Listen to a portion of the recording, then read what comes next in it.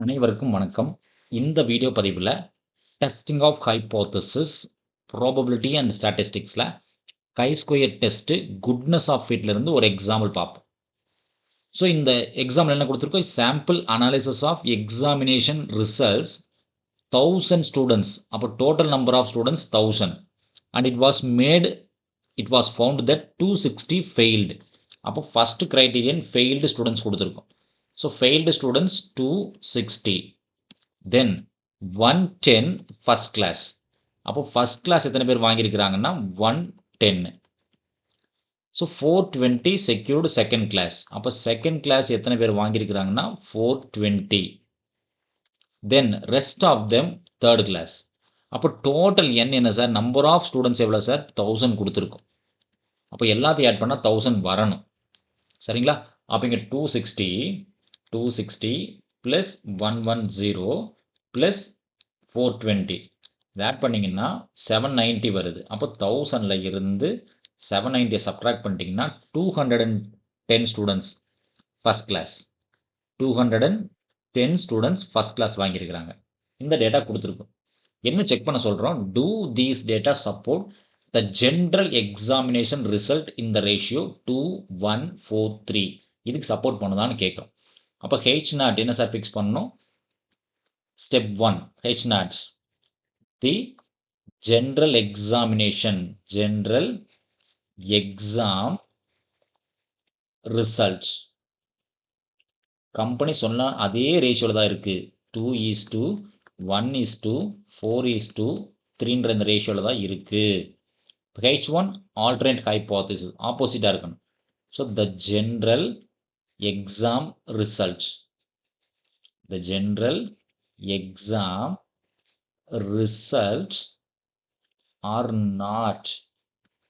are not in the ratio 2:1:4:3 are not in the ratio 2:1:4:3.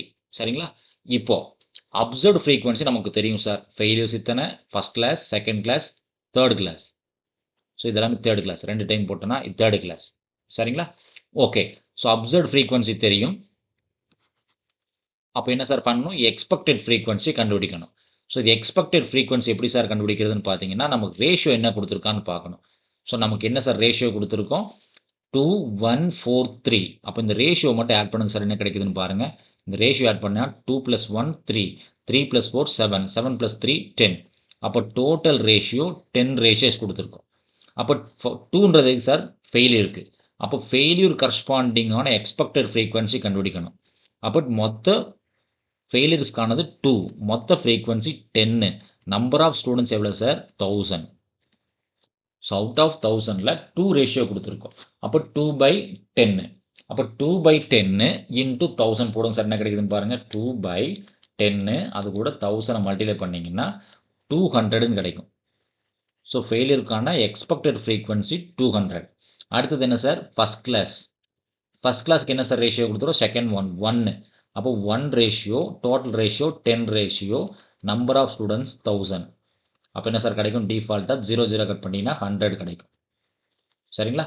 இப்போ second class எத்தனை பேர் secure பண்ணியிருக்காங்க sir? Second கிளாஸுக்கானது 4 ratio. அப்போ 4/10 கூட 1000 மல்டிப்ளை பண்ணிடலாம். 4/10 கூட 1000 மல்டிப்ளை பண்ணிங்கன்னா 10 கட் பண்ணிங்கன்னா 400 ஸ்டூடெண்ட்ஸ் கிடைப்பாங்க. இல்லைங்களா? 400 ஸ்டூடெண்ட்ஸ் கிடைப்பாங்க. தென் தேர்ட் கிளாஸ் எத்தனை பேர் செக்யூர் பண்ணியிருக்காங்க சார்னா 3 ரேஷியோ. அப்போ 3/10 அது கூட 1000 மல்டிப்ளை பண்ணணும். இல்லைங்களா? தேர்ட் கிளாஸோட ரேஷியோ வந்து 3 தான். இப்போ 3/10. அப்போ 0 கட் பண்ணிங்கன்னா 300. இப்போ 4 ஆட் பண்ணுங்க sir. 200, 300 + 400 700 + 300 1000. So observe frequency, expected frequency ரெண்டும் சேமாக தான் இருக்கணும் சார். சேமாக தான் இருக்குது. ஸோ அடுத்து என்ன சார் பண்ணணும்? டேபிள் ஃபார்ம் பண்ணணும். ஸோ ஸ்டெப் 2 வந்து டேபிள் ஃபார்ம் பண்ணுவோம். ஸோ டேபிள் எப்படி சார் ஃபார்ம் பண்ணுறது? ஃபர்ஸ்ட்டில் அப்சர்வ் ஃப்ரீக்வன்சி எழுதுறீங்க சார். அப்சர்வ் ஃப்ரீக்வன்சியில் டேட்டா என்ன சார்? ஸோ நமக்கான டேட்டா என்னது? ஃபஸ்ட்டு ஃபெயிலியர் தான் கொடுத்துருக்கோம். So failure students, then first class, then second class, then third class. இந்த ரேஷியோவில் தான் கொடுத்துருக்கோம். இல்லைங்களா? ஏன்னா இந்த ஆர்டர் தான் கொடுத்துருக்கோம். ஆர்டர் வந்து ரொம்ப கேர்ஃபுல்லாக இருக்கணும். ஸோ அப்சர்வ் ஃப்ரீக்வன்சி, ஃபெயிலியரோட அப்சர்வ் ஃப்ரீக்வன்சி என்ன சார்? 260 ஸ்டூடெண்ட்ஸ் ஃபெயில்னு சொல்லி ரிசல்ட் வந்திருக்குது.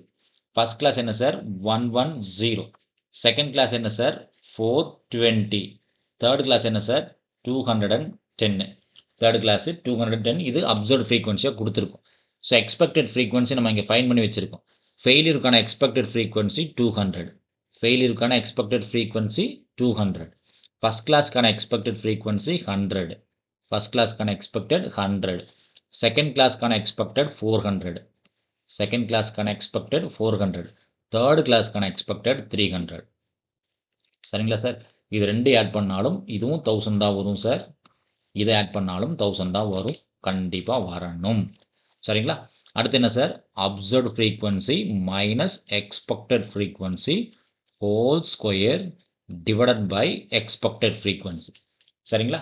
அப்போ அப்சர்வ் ஃப்ரீக்வன்சி என்ன சார் 260 மைனஸ் எக்ஸ்பெக்டட் என்ன சார் 200, அதை ஸ்கொயர் பண்ணிடணும், டிவைடட் பை எக்ஸ்பெக்டட் என்ன சார் 200. அப்போ என்ன கிடைக்குன்னு பாருங்க 18. ஃபர்ஸ்ட் வேல்யூ 18, செகண்ட் வேல்யூ என்ன சார் 110 மைனஸ் 100, அதை வந்து ஸ்கொயர் பண்ணிடணும், தென் அந்த டேர்மை 100ஆல் டிவைட் பண்ணணும். அப்போ என்ன சார் கிடைக்கும் பாருங்க எக்ஸாக்டாக 1 தான் கிடைக்கும். ஸோ நெக்ஸ்ட் வேல்யூ 420 மைனஸ் 400, அதை ஸ்கொயர் பண்ணிடுங்க, தென் 400ஆல் டிவைட் பண்ணுங்க. ஸோ எக்ஸாக்டாக அதுவும் 1 தான். ஸோ லாஸ்ட் வேல்யூ 210 மைனஸ் 300, அதை ஸ்கொயர் பண்ணிடுங்க, தென் 300ஆல் டிவைட் பண்ணுங்க. ஸோ 27 கிடைக்கும். சரிங்களா? இது ஆட் பண்ணா சார் கிடைக்கும் 18, 20, 27, 37. ஸோ 18, 19, 20, 27, 37, 47 கிடைக்கும். சார் டோட்டல் என்ன சார் கிடைக்குது 47 கிடைக்கும். சரிங்களா? ஓகே, இப்போ என்ன சார் ஃபார்முலா எழுதணும். Formula means test statistic. இப்போ கை ஸ்கொயரோட வேல்யூ என்ன சார், ஃபார்முலா என்ன sir summation observed frequency minus expected frequency whole square divided by expected frequency. இது தான் கண்டுபிடிச்சி வச்சுருக்கோம் 47 சொல்லி கண்டுபிடிச்சி வச்சுருக்கோம். இது என்ன sir chi square calc value, இது கேல்க் வேல்யூ சொல்லுவோம், அதாவது 47. அடுத்து என்ன சார் ஃபைன் பண்ணணும், டேபிள் வேல்யூக்கு போகணும். So table value, so table value எப்படி சார் ஃபைன் பண்ணுறது? ஸோ லெவல் ஆஃப் சிக்னிஃபிகன்ஸ் கொடுக்கலன்னா by default so chi square alpha with n-1 degrees of freedom, இதுதான் sir table value. Chi square alpha with n-1 degrees of freedom. இப்போ chi square alpha எனக்கு தெரியாது, அதனால் 0.05 level of significance. Number of observation மொத்தம் 4 தான் கொடுத்துருக்கோம். Failures 1, first class, second class, third class. அப்போ 4 தான் இருக்குது, 4 கிரைட்டீரியன் மைனஸ் 1. அப்போ என்ன சார் கிடைக்கும் chi square with 0.05 with 3 degrees of freedom. Table என்ன வேல்யூ வருதுன்னு பாருங்கள் sir, table chi square table எடுத்துக்கங்க. So 0.05 level of significance, 0.05 level of significance with 3 degrees of freedom. அப்போ 3 டிகிரிஸ் ஆஃப் ஃப்ரீடத்துக்கு என்ன வேல்யூ கிடைக்குதுன்னு பாருங்கள் சார் 7.81. ஸோ மேலேருந்து வந்தாலும் கீழேருந்து வந்தாலும் கோயின்சைட் ஆகணும். ஸோ 7.81 இல்லைங்களா? அப்போ என்னோட வேல்யூ என்ன ஆகும் சார் 7.81. இது என்னது கை ஸ்கொயர் டேபிள் வேல்யூ. அப்போ ஃபைனல் என்ன சார் பண்ணணும் conclusion. So conclusion, so chi square calc value clearly இது 47, clearly greater than chi-square table value. Table value என்ன சார் வருது நமக்கு 7.81. இப்போ கட்டாயம் இந்த 47ன்றது 7.81 விட அதிகமாக இருக்கு. அப்போ என்ன சார் பண்ணலாம், we reject H0, accept H1.